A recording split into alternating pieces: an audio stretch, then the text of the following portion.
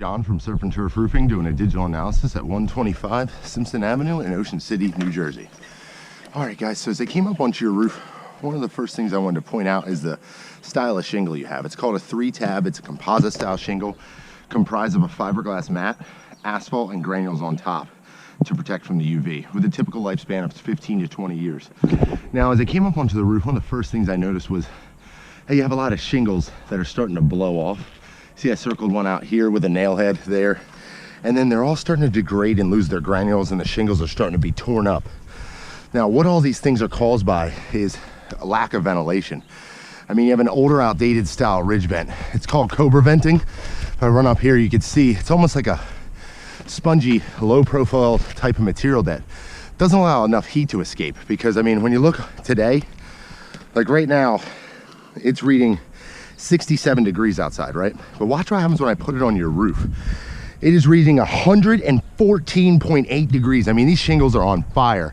And when that happens, it cooks the shingles because the heat can't escape through the outdated ridge vent, and it bakes the shingles, allowing them to blow off or break down or lose their granules. And if we don't take care of it, the consequences is water's gonna go right under these shingles, through them without their protective layer, and get into the home. Now, as I come down to the front of your dormers, they're called, your little windows, they're called dormers. Now, what I noticed was you have an extreme amount of exposed nail heads. I have at least 30. I mean, I got 1, 2, 3, 4, 5, 6, 7, 8, 9, 10, 11, 12, 13, 14, 15, 16, 17. I mean, I can count them all out, and it's up to 30 exposed nail heads. And they're all extremely rusted out. And what this is caused by is just lack of workmanship. You can see the head wall flashing, it's called under here, but the nails go right through that, and you can see they're getting really rusty. And let me paint you a picture. Nail heads act as a highway for moisture, hit the top, leak down through that flashing that's there to keep the water out, and then goes into the home and could start to cause rot, mold, and mildew within your house. So really glad you called us out. We could take care of this before these nail heads rust completely out and water passes right through.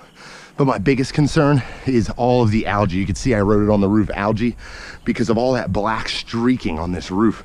I mean, it is all over the place. And what this is caused by is moisture retention.